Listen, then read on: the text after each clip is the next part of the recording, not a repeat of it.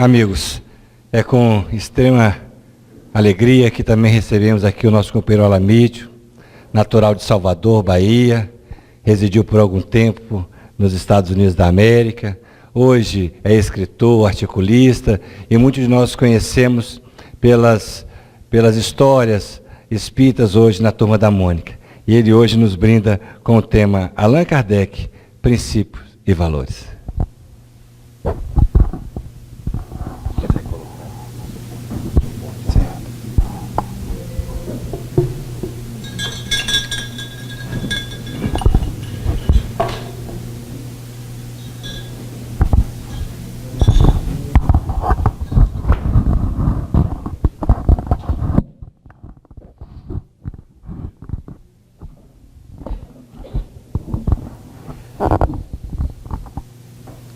Boa noite a todos. Boa noite. Que a paz do Mestre Jesus esteja com todos nós. Primeiramente, gostaria de dizer que é uma honra poder estar pela primeira vez aqui nas terras capixabas, aqui no estado do Espírito Santo, mais especificamente em Vitória. Uma cidade no qual a gente ouve muito falar, né? Bem, tá? Só para deixar de passagem. Muito bem. E pelas questões da vida a gente nunca tinha a oportunidade de vir visitar. Assim como tem algumas outras lindas cidades no Brasil. E as coisas que vão acontecendo ao nosso redor, que vão sendo colocadas na nossa existência atual, vai nos permitindo sentir várias coisas, várias experiências. E essas experiências são as principais coisas que nós vamos falar hoje. Vamos falar sobre, vocês vão me ouvir repetir várias e várias vezes sobre experiências e oportunidades. E eu espero que a noite seja produtiva para todos nós. Mas para começar, eu preciso colocar o óculos, porque aí, assim eu vejo todo mundo em qualidade 4K. Né? Não é nem Full HD, é 4K. Sabe? Pronto, agora se alguém piscar o olho lá atrás, pensar em cochilar, eu já sei, dou um grito aqui, acorda. Brincadeira. Então hoje vamos ter uma responsabilidade enorme, porque quando a gente precisa falar sobre Allan Kardec, nunca vamos conseguir estabelecer palavras, diálogos, parágrafos, para fazer uma reflexão importante de como esse homem influenciou as nossas vidas, mesmo naquelas pessoas que nem sabem, né? Talvez da sua existência ou nunca tenham ouvido falar, mas todos nós estamos aqui hoje, neste planeta, influenciados pelo trabalho que foi realizado por ele. E esse trabalho foi se multiplicando em diversos lugares do mundo, onde houve muitas comunicações. Mas, obviamente, eu não vou ficar aqui falando de coisas que vocês ouvem o tempo todo quando vocês vêm na casa espírita. Né? Então, vocês ouvem falar quem foi Allan Kardec. Eu não vou falar que Allan Kardec nasceu no ano de 1804, em Lyon. Né? Depois ele foi para Yverdon, na Suíça, estudar. Que seus pais eram magistrados ou da área de advocacia. Não vou falar nada disso. Isso aí vocês já estão cansados de saber. Você percebeu? Eu não vou falar nada disso. Eu vou focar talvez em outros aspectos. Os aspectos esses que talvez muitos de nós possamos levar para nossos lares e quem sabe, de repente acende uma luz diferente para a gente poder fazer valer a pena este momento que estamos aqui encarnados. Porque talvez isso seja das coisas mais importantes para nós. Entender a nossa atual situação aqui. Porque muitas pessoas, quando recorrem às obras escritas por Kardec, a ideia é justamente tentar fazer algo diferente em nossas vidas. Entender aquilo de trabalho. Quando um pesquisador da Universidade Federal vai buscar, minuciar todo aquele conhecimento estabelecido nas livrarias, nas bibliotecas e nos grandes periódicos científicos, A gente precisa fazer com que aquele conhecimento tenha um significado real, prático nas nossas vidas. É a mesma coisa de que alguém ter o conhecimento de como utilizar a eletricidade, o que é eletricidade, e não fazer nada com aquilo. Então, isso a gente vai pensar, por exemplo, justamente no século onde Kardec nasceu, e um pouquinho antes, foi justamente quando as pessoas estavam começando a trabalhar a questão da eletricidade. E, assim, no início do século XIX, estavam trabalhando também o melhor, cada vez mais, o conceito da pilha elétrica. E vocês vão entender daqui a pouco, eu vou falar sobre essa questão da pilha elétrica, que vai ter todo sentido na noite de hoje. Então, todos esses conhecimentos precisam ser práticos. Hoje a gente utiliza todos esses recursos. Mas, às vezes, os recursos, o conhecimento estão aqui conosco, estão lá embaixo na livraria, e a gente não está conseguindo aproveitar para fazer o uso e o bom uso dele. Então, por exemplo, graças à pilha elétrica, hoje eu tenho aqui a possibilidade de utilizar os recursos para nos ajudar a fazer com que a noite de hoje tenha uma experiência não somente do áudio, mas também visual. E aí eu vou começar da seguinte forma. A gente perpassa a ideia de trabalhar a ideia do Kardec, mas voltando inicialmente, vamos pensar antes de ele ser Kardec. Hippolyte Léon Denisard Rivail. Quando ele é levado para Yverdon, como eu falei, poderia falar sobre várias coisas, mas eu vou falar somente um item que eu acho que é de extrema importância. Nós tivemos a oportunidade, o ano passado, de lançar um dos livros com a turma da Mônica, justamente o nome do título, Allan Kardec, Princípios e Valores, na França. E em mais outros 4 países da Europa. E aí eu fazia justamente a referência, a conexão com a importância da experiência de Kardec lá na Suíça. Quando ele vai para a Suíça, ele vai ser, obviamente, educado no Instituto Pestalozzi, no Instituto de Pestalozzi. Mas chegando lá, ele vai adquirindo vários conhecimentos técnicos, conhecimentos educacionais. E por muitas vezes, por ser um jovem dedicado a entender esses conhecimentos, ele muitas vezes ele é convidado a substituir o professor, um trabalho como se fosse hoje de monitoria. E aí ele vai fazendo esse trabalho e de repente um aspecto importantíssimo do conhecimento que Pestalozzi nos oferece é uma reflexão sobre alguns aspectos que nós muitas vezes descartamos, mas que outros países, sem ter o lado religioso muito avançado, ou os seus cidadãos, mesmo não sendo de alguma denominação religiosa, muitos deles sendo ateus, eles levam em consideração alguns valores, que Pestalozzi vai trabalhar com uma análise dos estados. Então, um desses estados, que é o primeiro, mais básico, é o instintivo. Todos nós temos um apelo natural, instintivo, que Kardec vai colocar logo depois, no Livro dos Espíritos. A gente vai chegar lá. Então, todo ser humano pode colocar em evidência o seu instinto. Ele vai sentindo as coisas.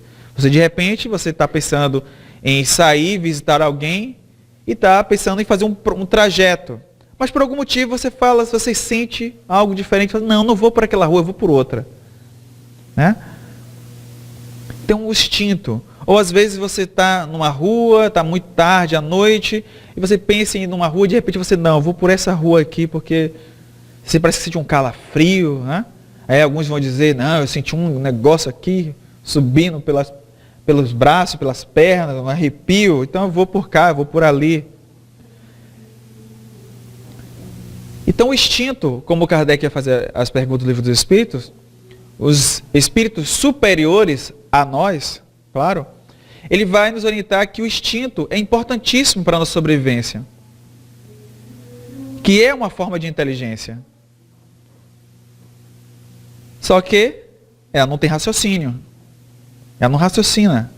Então, com esse conhecimento, com esse estabelecimento, você vai fazendo as suas escolhas, vamos fazendo as nossas escolhas. E aí depois, Pestalozzi vai falar do estado social, que tem a ver com o respeito que nós temos entre cidadãos. E isso é um dos valores que, mundo afora, são os mais utilizados. Mas esses aspectos só são respeitados porque existem a relação entre os gozos, ou os benefícios, os prazeres, mais uma relação com as leis e a relação com as realizações. Ou seja, tudo que eu faço ou não faço lá fora tem a ver com o aspecto legal. Então, eu atravesso a rua no sinal vermelho ou no verde. Então, eu preciso estabelecer como eu faço isso. Então, se na rua o sinal está vermelho para mim, mas está verde para o carro, e não vem nenhum carro, muitos de nós, brasileiros, atravessamos a rua. Por quê? Porque não está me trazendo nenhum perigo. Minha mãe, quando morou na Alemanha, ela passou morando 2 anos lá, quando ela voltou, ela me contou uma coisa que eu achei muito estranho na época. Ela falava que lá, o pessoal, mesmo o sinal vermelho para os carros, aliás, vermelho para eles, mesmo não vindo nenhum carro, eles não atravessavam a rua. Eles esperavam o sinal abrir e aí sim eles atravessavam. E aí a gente vê um videozinho na internet circulando, onde tem um cachorro e 2 moças. Não sei se vocês já viram esse vídeo. Então tem um cachorro e 2 moças. E aí o sinal está lá, vermelho para elas. E os carros passando. Então elas ficam olhando, aí botam um pé na pista, volta, coloca o outro pé na pista, volta. E aí vai fazer o julgamento. Faz o julgamento de que, sim, eu posso atravessar a rua sem ser atropelada. E aí elas vão. Então, elas atravessam a rua correndo e chegam ao outro lado. E o cachorro continua lá, não segue. Quando o sinal fica verde para ele, e os carros param, aí ele vai e atravessa. Aí a gente se pergunta, meu Deus, quem é que tem o raciocínio? Hein? Quem é que é o inteligente? Quando nós estávamos na Alemanha, agora, nesses dos países que nós visitamos, um brasileiro que estava conosco, que fazia parte do grupo espírita, ele falou o seguinte, aliás, eu fiz uma observação, junto com a Aline. Nossa, nós vimos muitos jovens fumando. Não só as pessoas, mas muitos jovens. E nas ruas, as ruas estavam limpíssimas. Limpas, limpas, limpas. Não tinha papel, não tinha nenhum tipo de lixo na rua, saco plástico, nada, nada, nada. Muito limpas. Porém, contudo, no entanto, estava em alguns montes acumulados aquelas bitucas de cigarro. Aí eu comentei isso com ele, nós comentamos, e aí ele chegou e falou o seguinte, olha, uma vez eu fiz a mesma pergunta para um alemão do trabalho. E aí ele me falou o seguinte, eu conversei com ele, nossa, o cigarro, vocês não acham que é lixo, né? Porque vocês jogam na rua. Então, para vocês, cigarro não é lixo, bituca não é lixo. Qualquer outra coisa é lixo, menos bituca de cigarro. Porque aí está envolvido o aspecto legal. Porque eles jogam na rua porque ainda não é passível de multa. Jogar papel na rua, sim. Então por que eles não jogam papel na rua? Porque se eles jogarem, alguém pode ver e aí eles receberam multa. Mas o cigarro ainda não é. Já na Inglaterra, já na França, acho que na França já estão conversando, e isso em breve vai virar também um processo legal. Então quem jogar bituca de cigarro na rua, provavelmente vai ser multado e tem que pagar. Então por que nós não atravessamos em alta velocidade ou no sinal vermelho, naqueles pontos da cidade onde existem as câmeras? Para evitar a punição. Então, Pestalozzi vai falar que esse é o aspecto social. Mas existe um outro aspecto, que é o aspecto moral. E eu penso que esse conhecimento, essa reflexão, foi uma das que Kardec mais levou a sério. Porque Kardec vai estabelecer, dentro de todos os livros, justamente as diferenças. Fazer reflexão sobre o aspecto moral que nós devemos ainda fazer evoluir. E aí, quando ele vai organizando o conhecimento espírita, não é fundando a doutrina espírita, ele vai codificando. Então, quando ele vai fazendo todo esse processo de organização, aí a gente consegue perceber o quanto que o aspecto religioso na doutrina espírita é importante.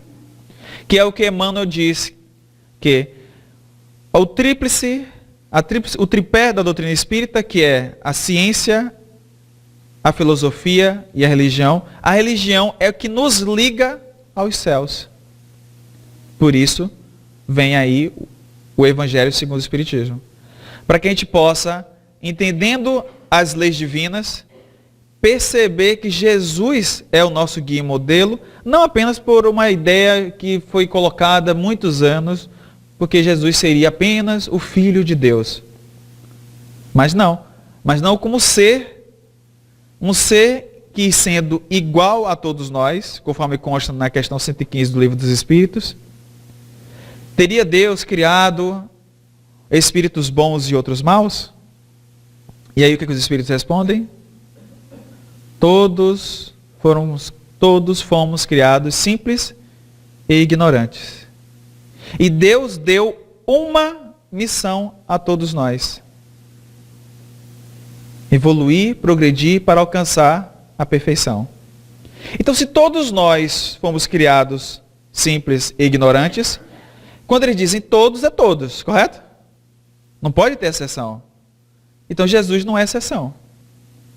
Então, Jesus não foi criado diferente, ele não foi criado especial. Ele passou por tudo aquilo que nós passamos, e ainda que vamos passar. Então, aí a gente começa a entender as mensagens do Evangelho, as mensagens da Boa Nova daquela época. Quando Jesus dizia, por exemplo, podereis fazer tudo o que eu faço e muito mais. Vós sois deuses. Naquela época, todo mundo estava lá, né? Todos nós estávamos lá. Ele falou isso, a gente olhava um para o outro e balançava assim os ombros. Entendeu? Não entendia. Então agora vai começando a fazer sentido.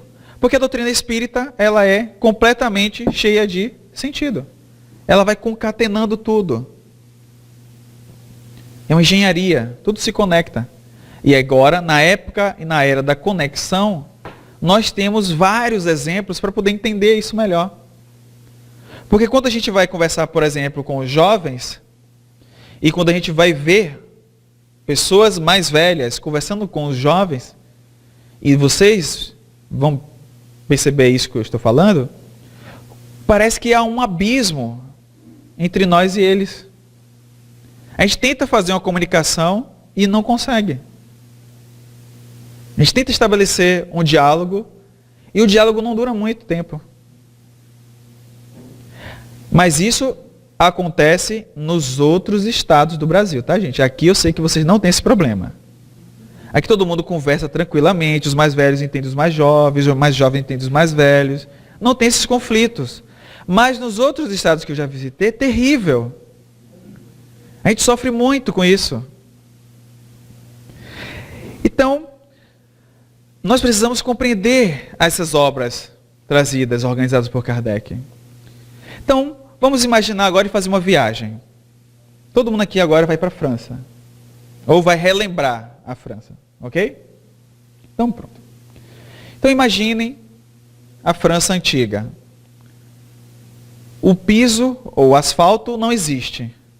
O que existe são aquelas paralelepípedos. As calçadas antigas, as casas antigas. Muitos casarões, alguns poucos prédios, as pontes, o rio La Seine, o rio Sena. Então todos nós estamos lá. Então de repente a gente começa a perceber que aquele momento começa a receber um aspecto de influência. As pessoas começam a se organizar em teatros, porque eles acabam de ouvir falar que existe agora uma tal de mesa girante. E o que é esse tal de mesa girante? Todo mundo começa a perguntar. Porque é um nome diferente, ninguém estava acostumado com esse nome, estranho. Então as mesas eram colocadas no teatro, nos espaços, e aí as pessoas se reuniam lá e a mesa começava a voar, flutuar, balançar, dançar. Então algumas pessoas chamavam de mesa girante, outros já chamavam de mesa dançante. Não sabia se tinha que botar uma música para dançar. Então as pessoas ficavam nas dúvidas. Então, aquilo acontecia em vários lugares. Kardec já tinha voltado para a França, tinha concluído seus estudos, ainda como Léon Denisard. Então ele está lá criando, né, todos os aspectos, todas as questões relacionadas aos livros pedagógicos. Então ele já estava sendo conhecido pelo seu trabalho pedagógico, as pessoas já conheciam o seu trabalho. Tinha muitos alunos. Depois, como qualquer outra pessoa, passa por situações financeiras de aperto, e aí tem dificuldades financeiras, sofre um calote aqui, uma outra coisa ali. Então, de repente, ele vai passando por essas experiências. Nesse ínterim, Kardec, a gente conseguiu, inclusive, visitar alguns desses lugares. Então, as ruas de Paralelepípedo. Então, nós vamos visitar. Então vimos o lugar, por exemplo, onde Kardec, quando ele voltou da França, aliás, quando ele voltou da Suíça para a França, onde ele começou a fazer, onde ele começou a estabelecer o seu trabalho.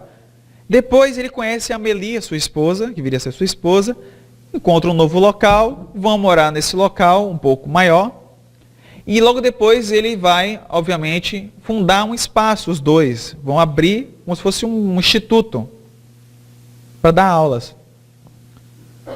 Só que aí vem a questão financeira, eles se apertam e vão para um lugar menor. Então quando a gente vai visitando os locais, a gente fica imaginando as coisas que acontecem naquela época.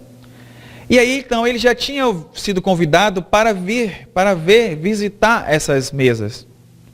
E da primeira vez que ele foi chamado, olha, você já ouviu falar das mesas girantes? Sim, já ouvi falar. Pois é, mas elas se comunicam, é uma coisa assim. Não.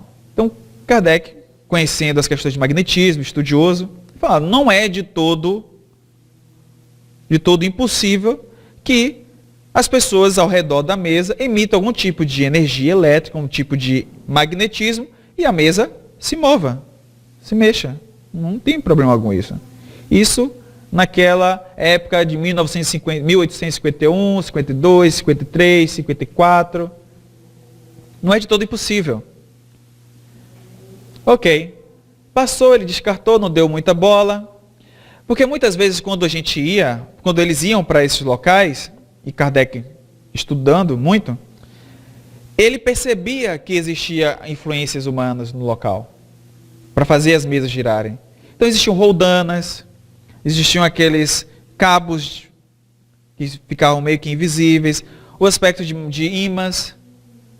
Então você utilizava e fazia como mexia, por causa do ímã, né? Tanto de repulsão como de... Então eles ficavam ali fazendo aquilo. Então chamava ele, não queria perder tempo. As pessoas mais sérias, que faziam parte das academias mais importantes de Paris, não queriam perder tempo com isso. Tudo bem até aí. Mas aí, passou um tempo e a pessoa, novamente, veio convidar Kardec para mais uma vez visitar o local. Só que dessa vez ele falou uma coisa diferente. Olha, mas agora é diferente. Elas não só se mexem, como elas se comunicam. Você faz uma pergunta e elas respondem. Opa! Aí agora é diferente. Porque se você conseguir provar que uma mesa tenha cérebro para ouvir uma pergunta, processar e responder, aí é diferente. Isso precisa ser investigado. E aí eu fico imaginando, meus amigos, se todos nós estivéssemos naquela época, aliás, estávamos, mas eu fico imaginando quando nós estávamos lá. Eu fico tentando lembrar desse momento. E eu fico pensando o seguinte, vamos imaginar que seja um dia, uma noite igual a de hoje. Todos vocês foram convidados para aqui para a Semana Espírita. Só que nós vamos pensar da seguinte forma, todos vocês foram convidados para ver a mesa girante que o Alan Mitchell vai fazer, vou mexer aqui. Ok? Vamos navegar agora? Vamos imaginar isso. Vocês querem escolher que mesa? Essa de cá ou de cá? Essa de cá está maior, né? Porque se é médio, mas tem que ser um médium poderoso. Então vamos lá, imaginando. Então vou fazer mexer essa mesa, ela vai voar, ela vai flutuar, e vocês ainda vão poder fazer perguntas. Escolham as perguntas de vocês, pelo menos uma, cada um de vocês. Pensem agora, todos vocês, em uma pergunta. Podem pensar. Processem qual é a pergunta que vocês gostariam de fazer para a mesa. Qualquer pergunta será respondida. Pensaram? Muito bem. Eu sei qual a maioria de vocês pensaram. A maioria de vocês. Alguém quer arriscar? Falar? Qual pergunta alguém quer falar? Meu nome? Ah, o nome da mesa? O nome da pessoa, do espírito, né? Muito bem. Essa muita gente ia perguntar primeiro, né? Quem é que está falando? Quem é que está se comunicando? Qual outra pergunta vocês gostariam de fazer? Ninguém? De onde você vem? Muito bem. Aí o espírito vai responder. Porque muitos nessa época já começavam a desconfiar que podia ser o espírito. Né? De onde você vem? Qual a outra pergunta? Vocês estão querendo evitar, mas eu sei qual é a pergunta. Vocês estão com vergonha, né? Será que você é de verdade? Posso falar então com a pergunta? Hoje é... Que dia é hoje? 10, terça, quarta-feira. Ok. Quais são os números? Quais são os próximos números da Mega Sena? Quais são os números? Naquela época, a gente ia fazer essas... Aliás, hoje nós faríamos essa pergunta, né? Qual é o número da loteria? Mas nós íamos ter outras perguntas. A maioria de nós faríamos perguntas pessoais. Meu filho vai passar no vestibular desse ano? Meu filho está na dúvida entre fazer engenharia ou medicina. Qual é o curso que ele deve escolher? Eu vou fazer um exame no médico, importantíssimo, amanhã. Eu estou bem ou não estou? Como está a minha saúde? A doença que eu tenho hoje, tem cura ou não tem? Você pode me curar? A maioria de nós faríamos perguntas pessoais. Aí está a diferença com relação ao trabalho ser chegado a este homem. Porque as perguntas que ele vai organizar são perguntas que atenderiam a todos nós. São perguntas que atendem à comunidade, à sociedade.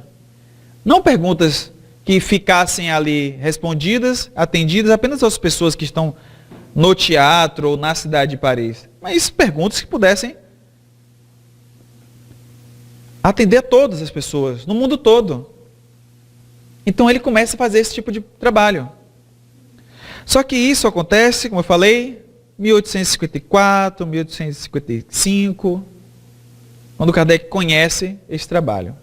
Agora eu vou fazer com vocês uma outra viagem. Vamos mudar de continente. Vamos lá para a América do Norte. Pronto, vamos para a América do Norte, Estados Unidos.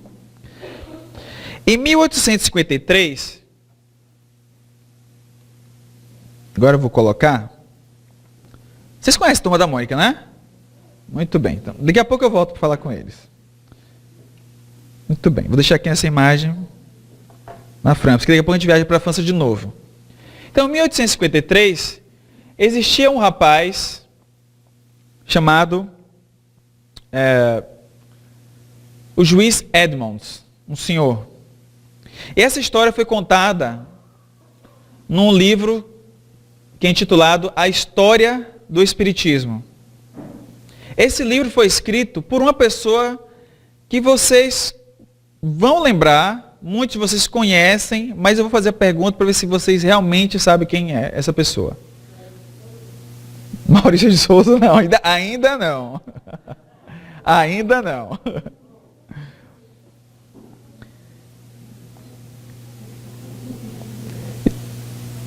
Este rapaz, esse senhor, quando escreveu este livro, ele foi pegando várias experiências ocorridas no mundo. Mas no capítulo 6, especificamente, tem a experiência que eu vou compartilhar com vocês. Todo mundo aqui já ouviu falar, conhece o personagem Sherlock Holmes? Sim. Né? Então, a pessoa que escreveu esse livro é esse aí. Sir Arthur Conan Doyle. O pai do Sherlock Holmes.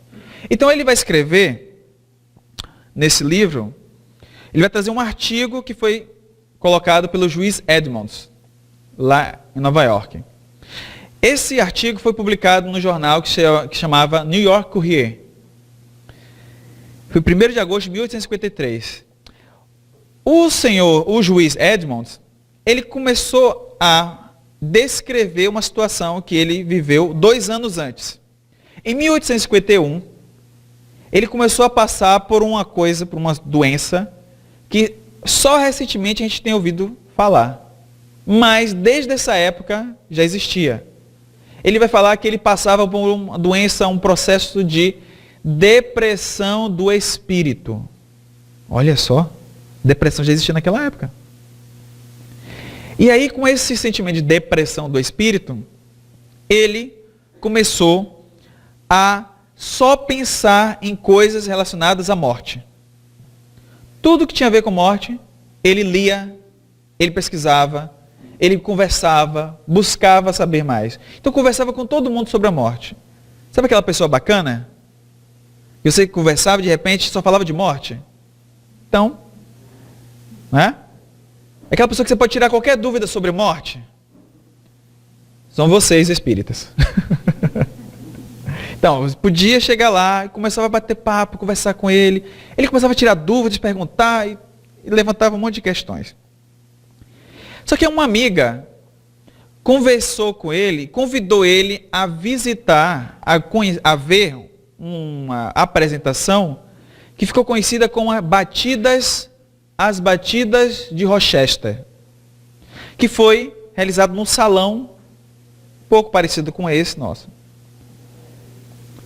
onde algumas irmãs que viviam numa região ali próxima, em Hydesville, tinham começado a ouvir sons, batidas, o tempo todo, na sua casa.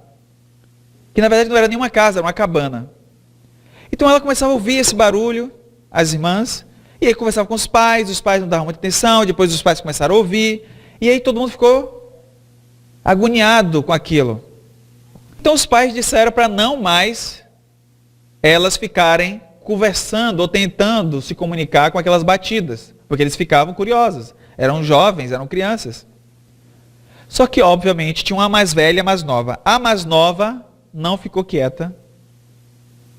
A mais nova quis saber mais, era mais curiosa, e começou a fazer perguntas para essas batidas. Para as batidas.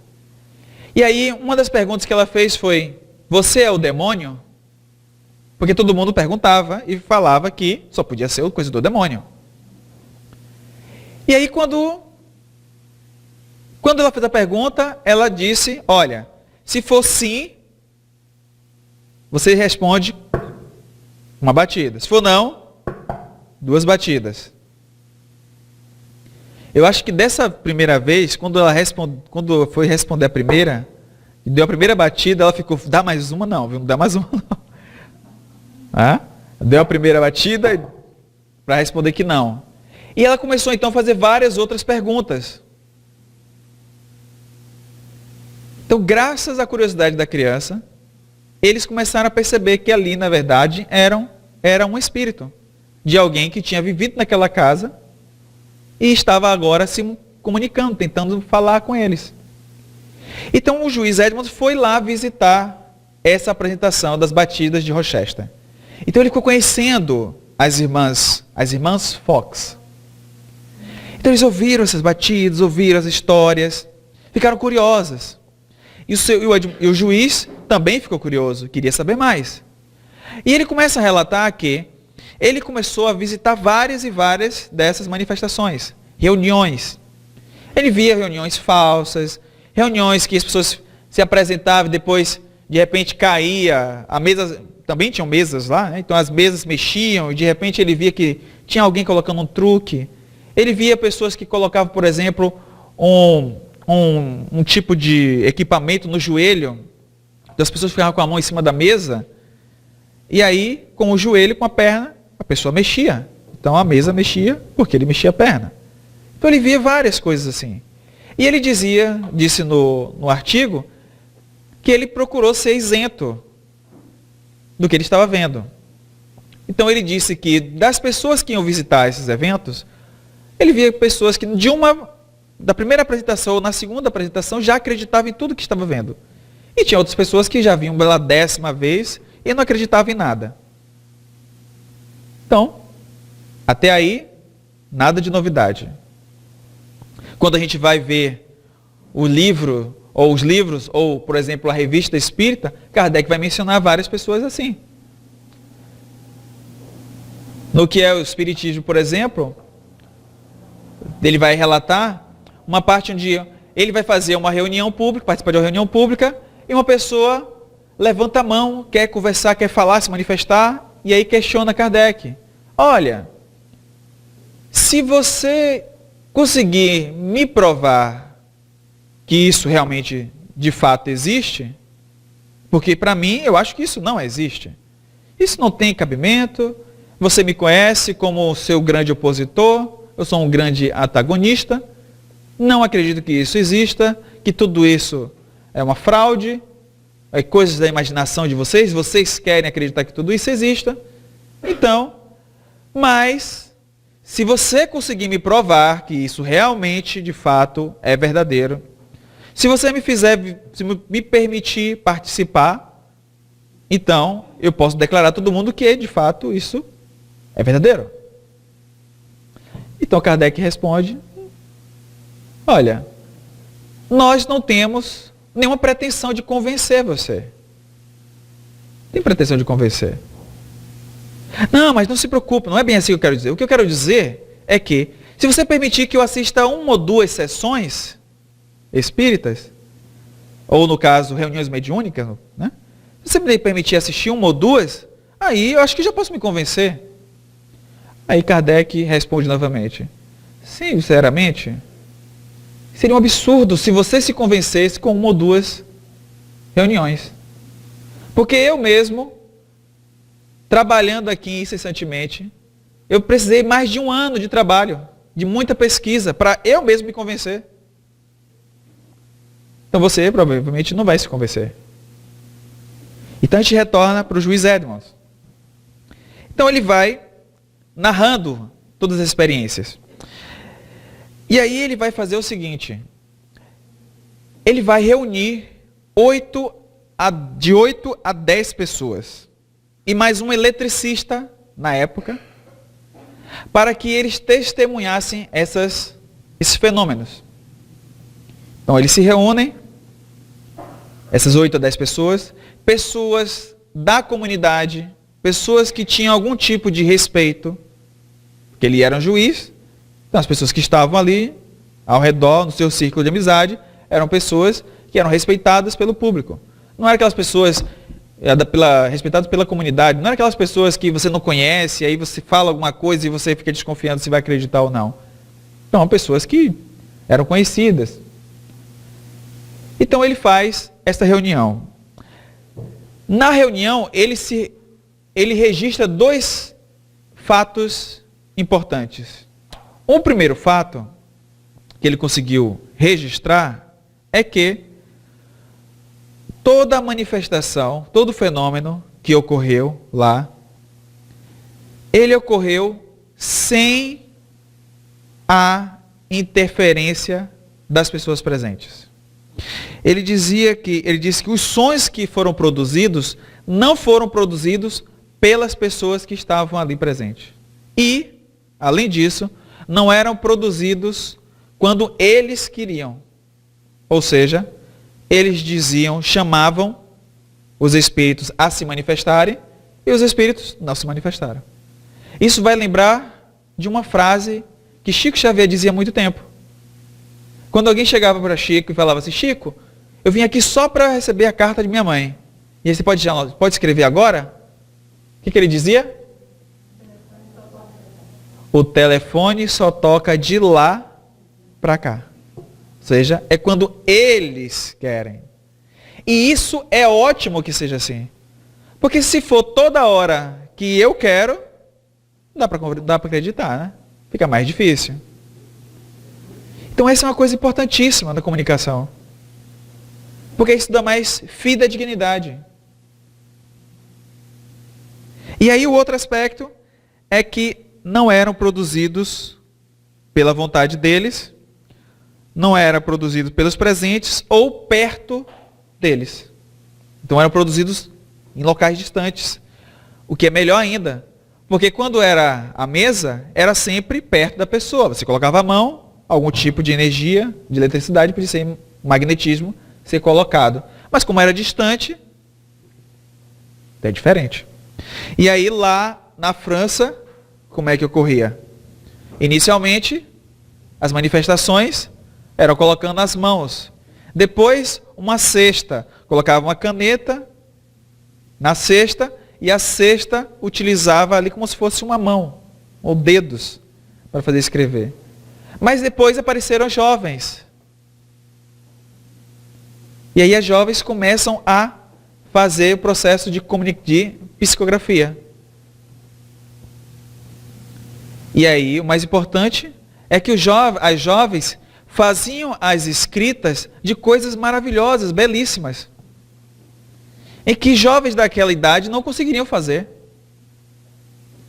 Então, você fazendo uma análise, vai perceber que não tem condição daquele conteúdo ser produzido apenas da cabeça daqueles jovens, daquelas jovens, aquelas crianças. Então precisava ter alguma coisa além. E o que o Kardec foi fazer?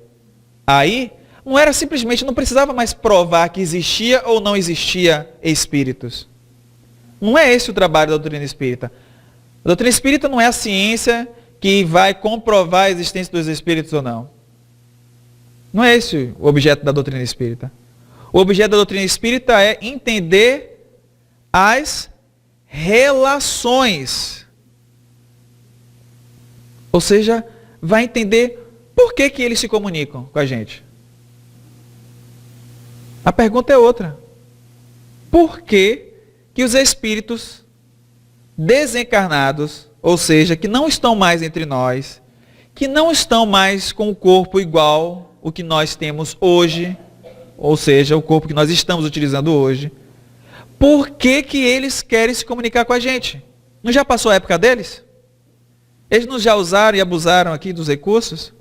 Por que eles estão se comunicando com a gente? Qual a finalidade dessa comunicação? Qual o objetivo disso? Então, isso talvez tenha sido um dos princípios que nos deixaram mais próximos de Kardec. Porque quando as pessoas estão aí querendo provar se existe, não existe, se existe fenômeno, se não existe fenômeno, como é que faz isso e aquilo? Não. As perguntas são outras. As perguntas são totalmente outras. Nos Estados Unidos, por exemplo, os detetives, os policiais, no caso que seriam os delegados da nossa polícia, eles às vezes utilizam desses médiums para solucionar casos que são de difícil complexidade. Então eles tentam fazer várias pesquisas, quando não conseguem de vários recursos forenses, aí, muitas vezes, eles buscam a ajuda dessas pessoas, que podem ajudar ou não. Não é garantia. E aí você pode ver hoje, no YouTube ou nos documentários diversos casos assim, muitos casos, que foram ajudados, registrados lá pela polícia e pelos juízes. Então, por exemplo, um que eu lembro muito bem, que dos vários documentários que eu assisti, você vai, sumiu, por exemplo, um jovem. Alguns jovens foram subir a montanha, fazer escalada, e de repente um desses jovens sumiu, desapareceu. E era o início do inverno. Então o jovem sumiu, a polícia foi fazer a busca, os bombeiros subiram na montanha, fizeram várias buscas e não encontraram. O que aconteceu logo depois? Chamaram uma médium. Aliás, um médium. Esse médium chegou no local, andou, passeou mais ou menos pelos mesmos lugares. A família levou peças de roupas, porque eles têm muito disso. Eles acham que é só levar uma peça de roupa, a pessoa toca e aí começa a ter mais proximidade do espírito ou da pessoa. E eles estavam na esperança de encontrar a pessoa ainda viva. Aí o médico começa a falar, olha, eu estou vendo um jovem assim, desse jeito, mas eu não consigo ver muita coisa. Eu consigo ver também um rio. E no rio tem rosas.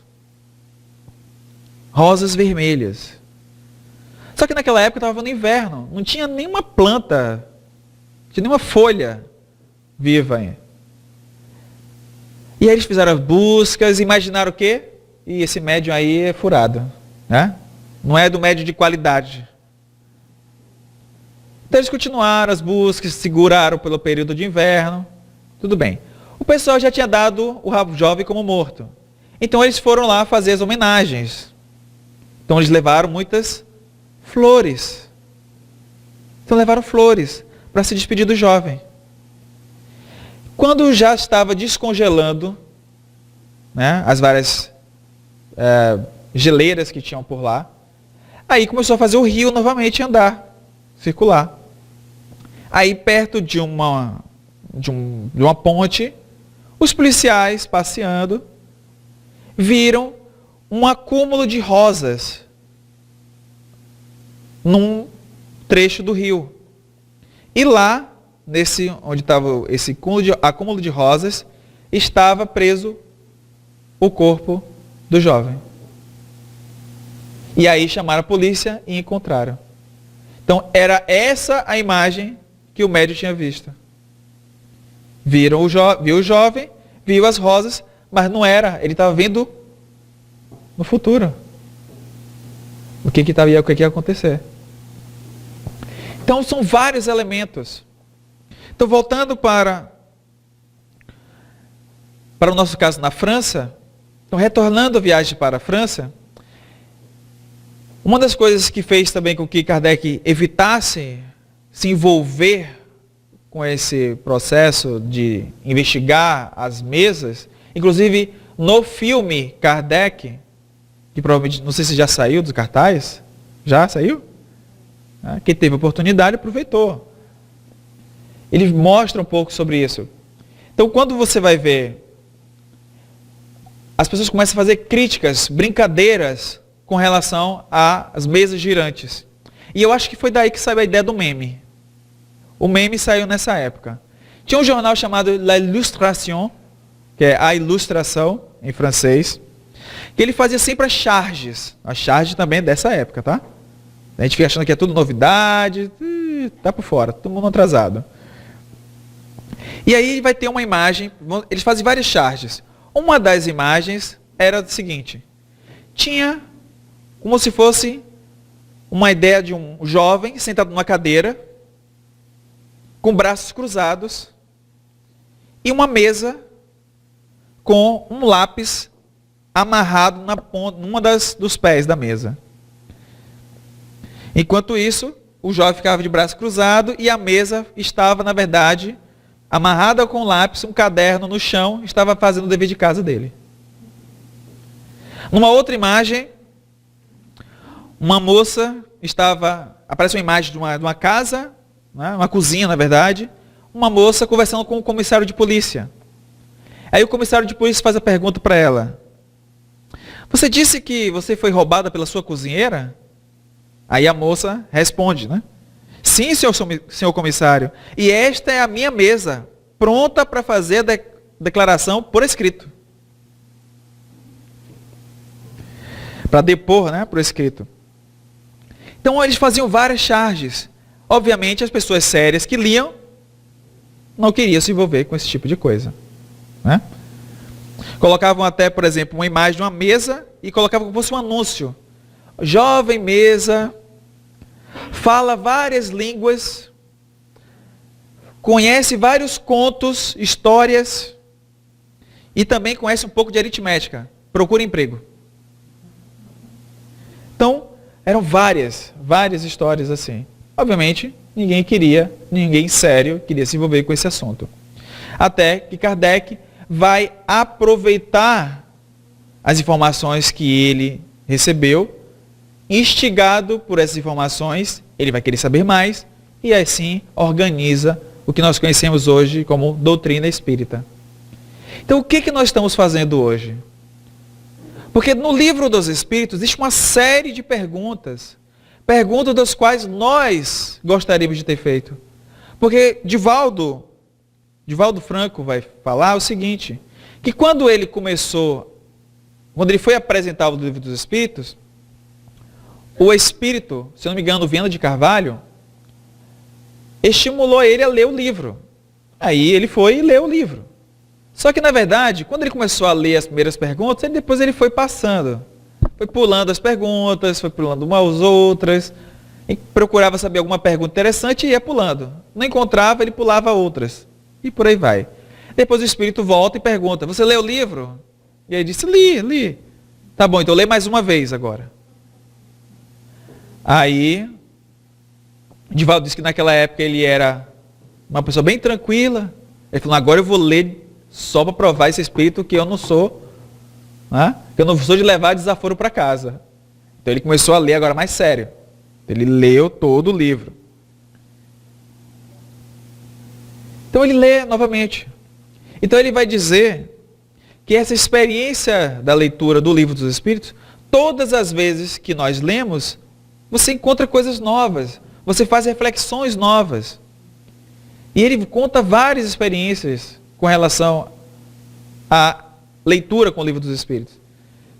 E quando o Chico é convidado também perguntado se ele quer realmente fazer esse trabalho de mediunidade, de se colocar à disposição do Evangelho do Cristo, ele é questionado. E o Espírito Mentor, o Emmanuel, o guia, vai falar com ele. Para você realmente abraçar esse trabalho, é preciso estudar Kardec. Não é só ler. É preciso meditar Kardec. É preciso pesquisar Kardec.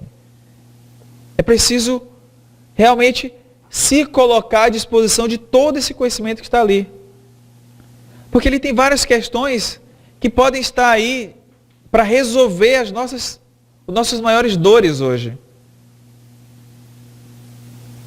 Muitas pessoas falam que quando leram o livro, quando leu o livro dos Espíritos, tiveram mudanças da forma com que eles viam a sua situação de vida hoje com relação ao passado. E aí também todo o aspecto que viria no futuro. Então o que tem de potencial nisso? Então o que nós estamos fazendo na nossa vida hoje? Porque tem que valer a pena. Tem que valer a pena vir ao centro espírita. Tem que valer a pena participar dos grupos de estudo que estão à disposição nas casas espíritas. Tem que valer a pena o livro que eu levo para casa, seja na biblioteca ou na livraria. Porque isso vai passar. Esse nosso momento hoje vai passar. A gente não sabe como vai ser o dia de amanhã. O que vai tomar nosso tempo amanhã? O que vai nos distrair amanhã? Que já nos distrai hoje. São os nossos vícios.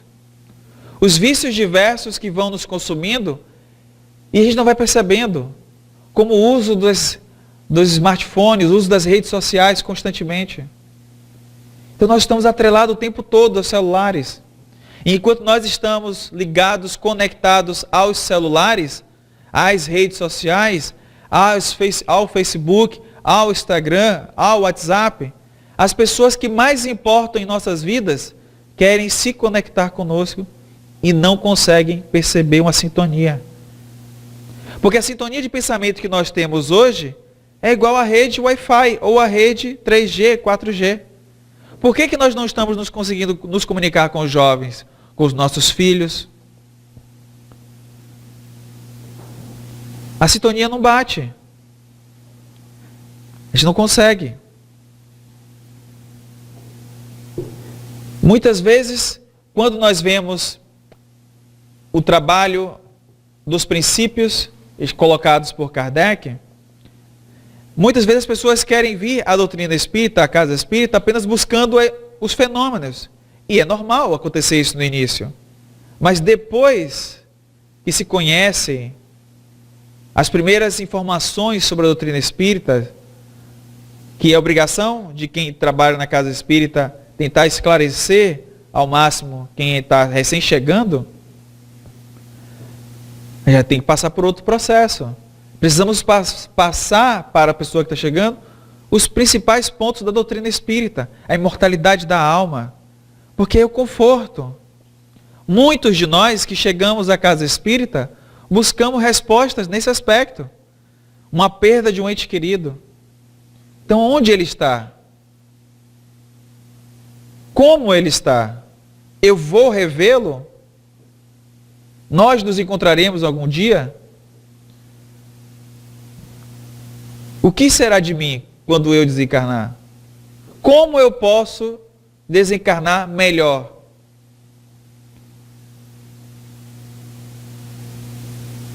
O que eu posso fazer hoje, já? Mudança de comportamento, mudança de pensamento, mudança de vibração. Divaldo vai falar que quando a gente muitos de nós ainda não conseguimos fazer o bem, mas que nós podemos, muitos de nós, vibrar no bem. Porque ainda não consigo fazer o bem na prática. Então, pelo menos eu posso pensar em coisas boas. Pronto. Eu penso coisas boas. Quando eu penso uma coisa boa hoje, aí amanhã eu falei, esqueci de novo. Então amanhã, vou tentar novamente. Você vai tentando pensar em coisas boas. Em algum momento, isso vai começar a virar uma rotina. Todos os dias você começa a pensar em coisas boas. De vez em quando você até faz coisas boas. Você pensa uma coisa boa, você pensou tanto que de vez em quando você até faz. De vez em quando você começa a pensar e lembrar que o colega de trabalho, o vizinho, precisa do seu bom dia, do seu boa tarde. Você precisa do seu interesse.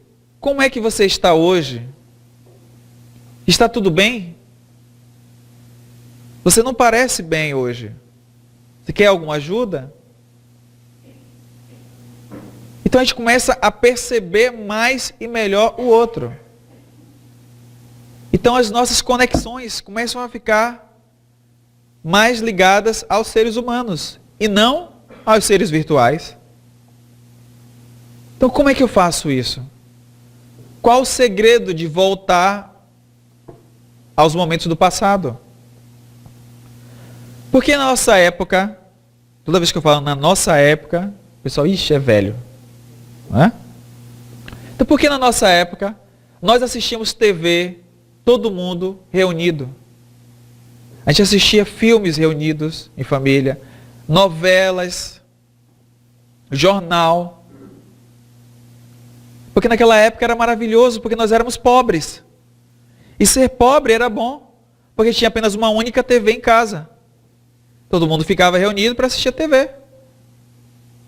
Hoje em dia todo mundo tem uma TV portátil na mão.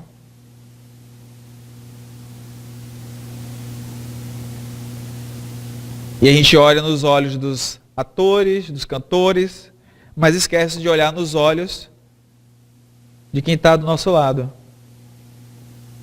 Muitos de nós viemos para a casa espírita, para assistir a palestra, sentamos, ouvimos a palestra voltamos para nossa casa e a gente nem lembra quem é que estava do nosso lado na palestra. A gente não sabe se era homem ou mulher, a gente não lembra. A gente não lembra qual a cor dos olhos, se era loiro, se era moreno. A gente não lembra.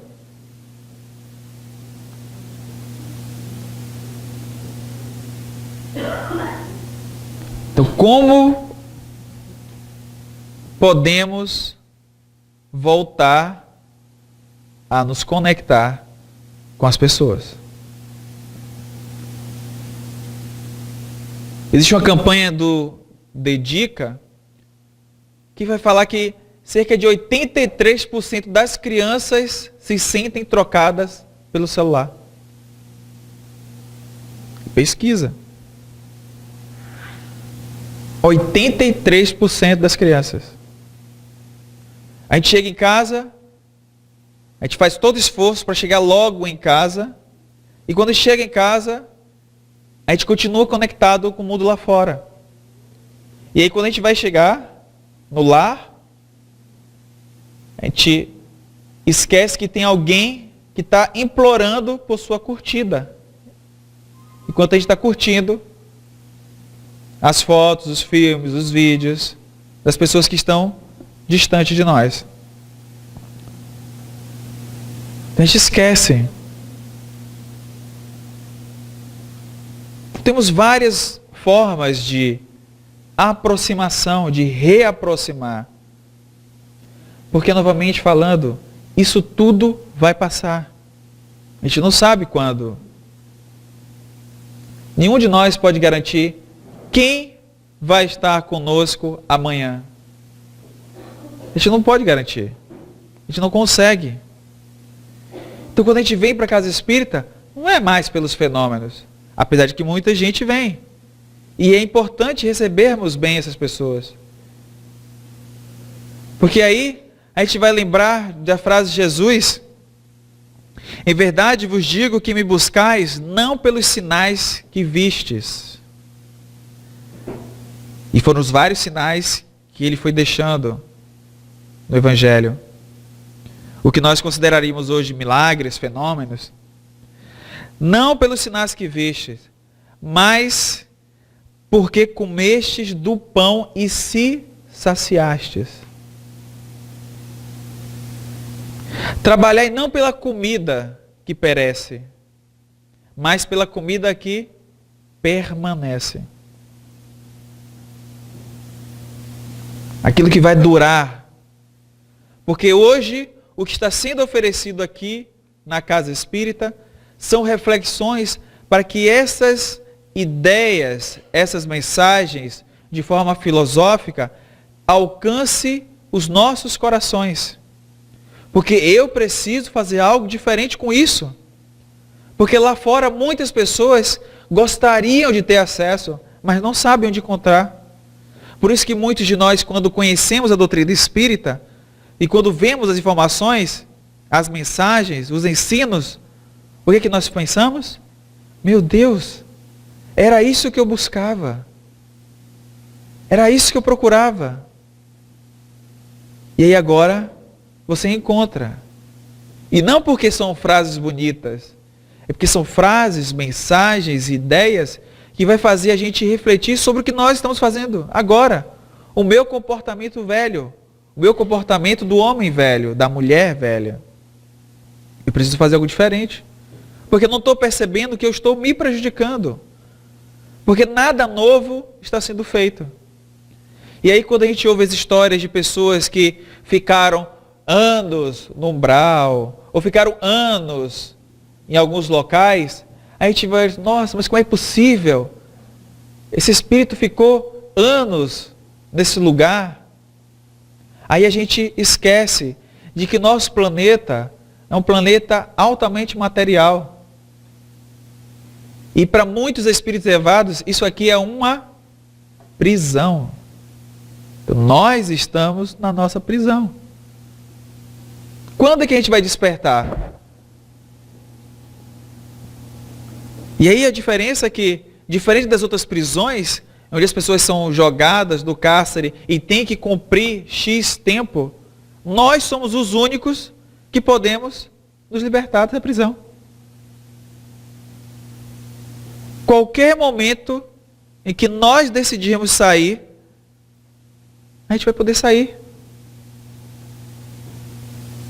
Porque a doutrina espírita vem trazer a mensagem de que nós somos os únicos responsáveis, não culpados.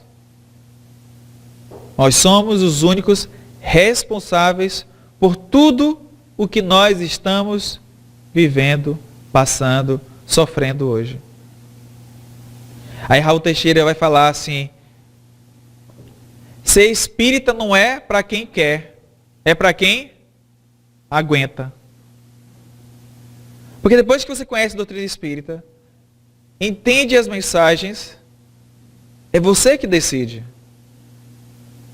Muitos de nós falamos assim: nossa, mas eu já tenho 1 ano na casa espírita, tenho 5 anos na casa espírita, eu continuo sofrendo com isso, eu continuo sofrendo com aquilo.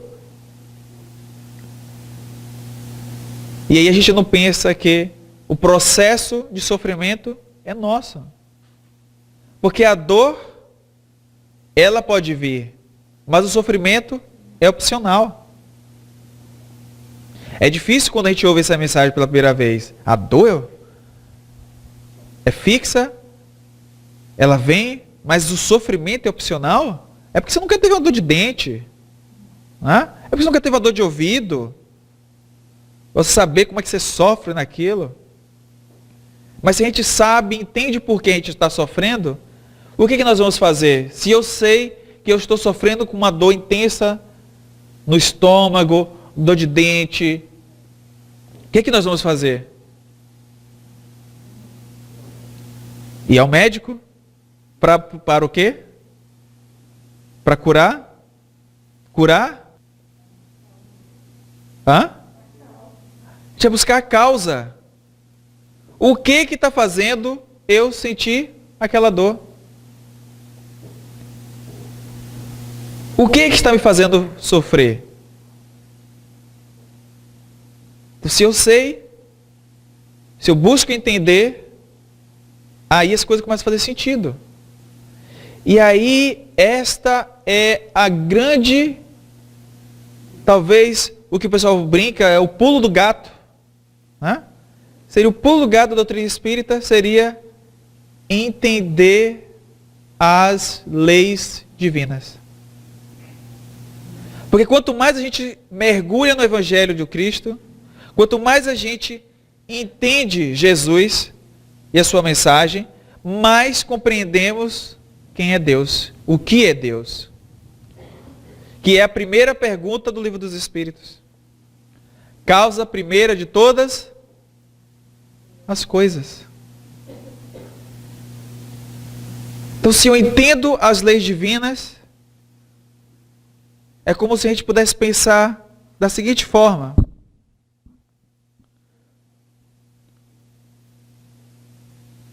quem alguém aqui consegue, vou fazer uma pergunta para vocês, alguém aqui consegue burlar a lei da gravidade? Levanta a mão. Ninguém? Eu sempre faço essa pergunta porque vai que aparece alguém, né? Ninguém consegue burlar a lei da gravidade. O que nós fazemos com a lei da gravidade? Nós buscamos entender. A gente pesquisa. Desde Newton, a gente pesquisa. Quando a gente entende a lei da gravidade, o que nós fizemos? Buscamos formas de conviver melhor com ela. A força que puxa todos os objetos para o centro da Terra. Todos os objetos. Tudo. Pessoas. Ele não tem preconceito. Não importa se você gosta de um partido A, do partido B, se você é democrata, republicano. Né? Se você votou no presidente, se você não votou, se você votou no governador, se não votou, se votou no prefeito, não votou. Se você é de esquerda, de direita, de centro, lateral, não importa. Todo mundo tem que obedecer e tem que conviver com a lei da gravidade. Pronto. O que nós fizemos? Entendemos a lei da gravidade. Inventamos a roda, diminui o atrito no solo. O que acontece? Andamos mais depressa. O que nós fizemos depois? Inventamos o avião. um objeto mais pesado que o ar, ganha velocidade, utilizando também as rodas, e aí decola. Foi preciso burlar a lei da gravidade? Não. A mesma coisa são as leis divinas. Se nós realmente quisermos mudar a situação que nós estamos hoje, só tem uma forma: entender como funcionam as leis divinas. Para além de qualquer ideia meramente religiosa, de ficar apenas, não, porque eu tenho que rezar, porque aí rezando é que eu vou ganhar o benefício. E se entrar nessa, aí está pior ainda, né? Porque já está querendo o benefício. E já sabe que na lei, com as leis divinas, não é assim que funciona. Então, quando a gente entende isso, aí nós começamos a fazer o movimento. Porque para as coisas mudarem, eu preciso fazer algum movimento. Porque senão nada muda. E as pessoas que mais conseguem perceber isso no mundo, hoje, para além das questões religiosas, são as pessoas que passam por dificuldades o tempo todo. Que tem sempre que estar em movimento. Quais são os países mais desenvolvidos do mundo? Eles estão aonde? Hemisfério norte do planeta. Porque eles passam por 4 estações do ano muito bem definidas. Quando é inverno de rachar. O que eles têm que fazer? Passar alguns meses produzindo um pouco em excesso, fazendo economia para sobreviver naquele período. Todos os outros países, a maioria dos países, que vivem no outro hemisfério, que não sofrem essas intempéries da natureza, das 4 estações bem definidas, nós temos vidas mais tranquilas, mais relaxadas. A gente não precisa pensar tanto sobre esse aspecto da economia. Então a gente não se prepara tanto. Porque a gente tem o tempo todo, a gente muda de uma estação, tem outra estação. A gente não tem uma fruta aqui, tem uma fruta lá. Então a gente sempre tem comida, sempre tem coisas. Já eles não, eles precisavam o tempo todo. Então o movimento. Então não há outra saída senão nos movimentarmos.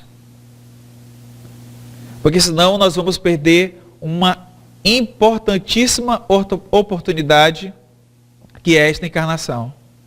E o pior, as pessoas que estão ao nosso redor vão ver o nosso comportamento de comodismo. E aí, que gerações nós estamos deixando para o mundo? Porque muitas vezes, muitos anos, nós ficamos pensando sobre que mundo deixaríamos para os nossos filhos.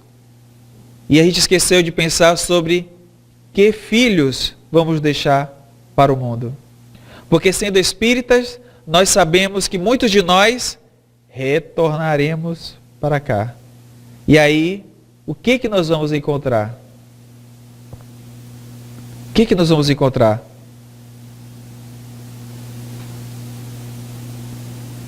Depende do que nós fizermos hoje. Então as consequências do futuro são ainda mais explicativas, são mais claras ainda para nós espíritas. Então a gente precisa pensar melhor sobre esses aspectos. As mensagens de Kardec, o do juiz Edmonds, que nos compartilhou na América, porque como se quando eu ouço a história do juiz Edmonds, é como se ele tivesse feito o pequeno embrião daquilo que Kardec fez lá na França.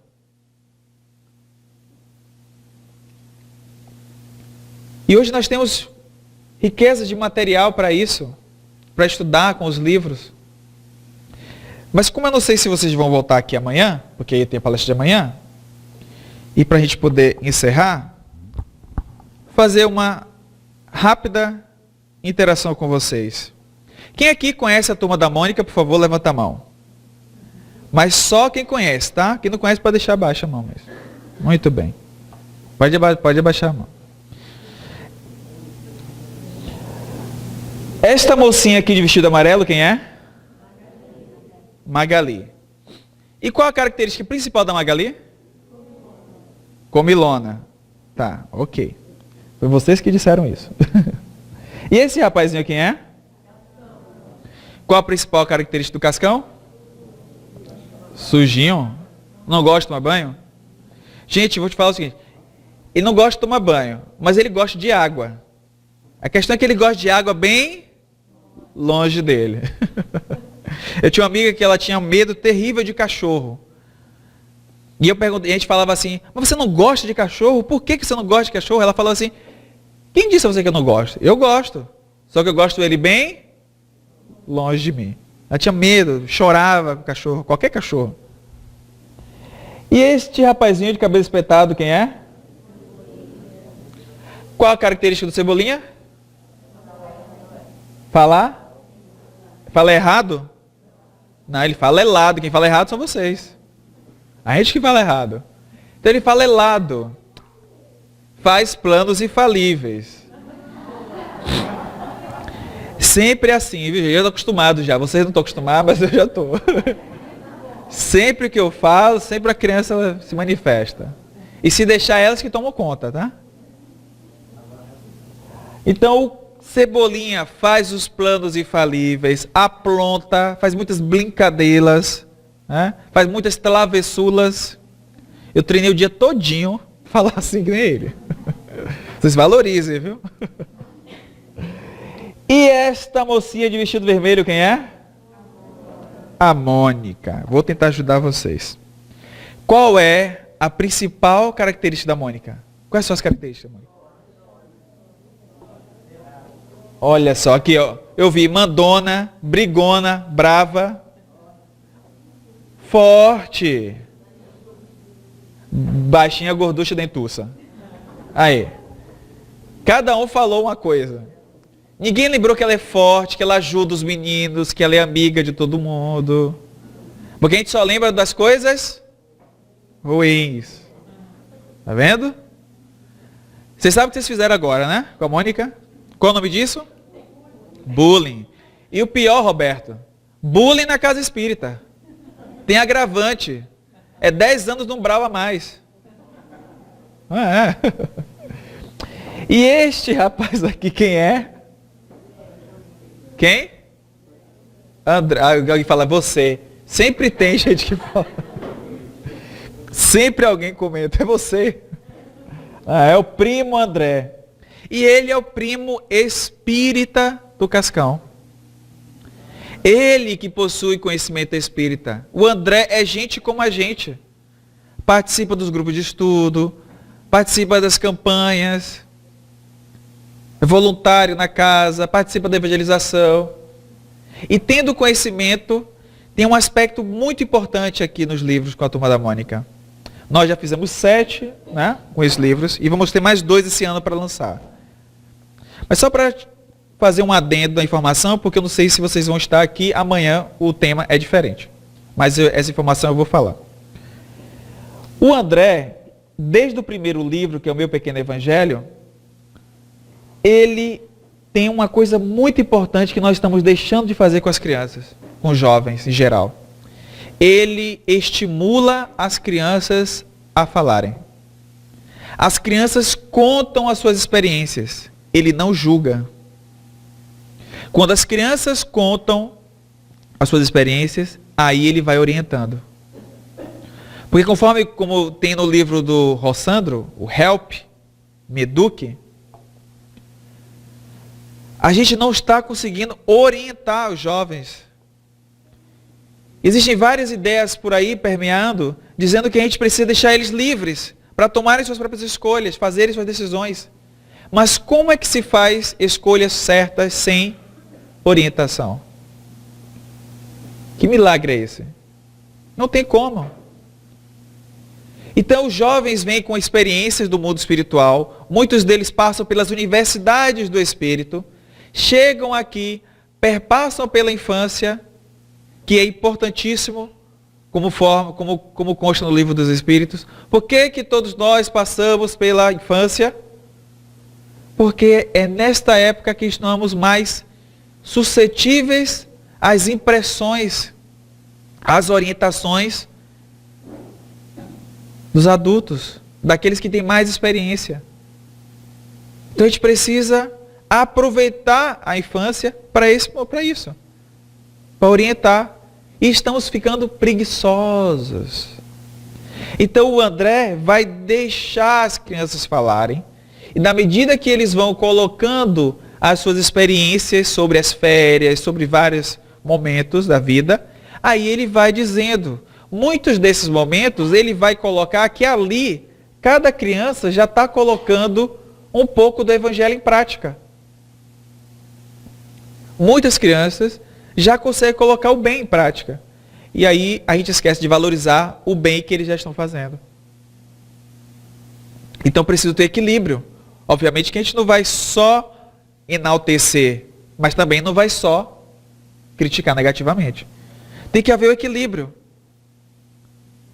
Nós precisamos buscar o equilíbrio. E isso tem sido mais difícil em nossas vidas. Então a doutrina espírita vem nos chamar a atenção para isso. Para que a gente possa meditar, refletir sobre as nossas escolhas de hoje. Para que a gente não fique mergulhado nos vícios. Porque quando nós utilizamos o celular, por exemplo, obviamente ele tem os seus aspectos positivos, a internet e tudo mais. Eu preciso da internet para me comunicar. Mas, ao mesmo tempo, eu não posso ficar só na internet. Só fazendo aquilo. Porque aí gera um desequilíbrio. Hoje, as pesquisas já dizem que quando nós estamos fazendo isso no celular, é como se tivesse um peso de 5 quilos no nosso pescoço. Nós adultos já estamos sentindo, imagina eles. Então, estas são as mensagens que nós tínhamos para esta noite. Eu espero que essas mensagens possam ter encontrado conforto em nossos corações, que possamos voltar para os nossos lares renovados de esperança e fé na vida futura, e fé na vida futura que nós podemos fazer a partir de hoje. Ao chegar em casa, o que nós podemos falar para as pessoas que ficaram lá? O que nós podemos falar para as pessoas que estão aqui ao nosso redor, ao nosso lado? Voltarmos a abraçar mais, a olhar mais nos olhos dos outros. Não ficarmos isolados. Precisamos nos conectar e entrelaçarmos de amor, porque é assim que vamos conseguir caminhar para o progresso e assim atingir o nosso maior objetivo, que é a nossa evolução moral e espiritual aqui no nosso planeta Terra, que é a nossa casa. Obrigado a todos pela oportunidade de hoje e que possamos nos encontrar amanhã. Que assim seja.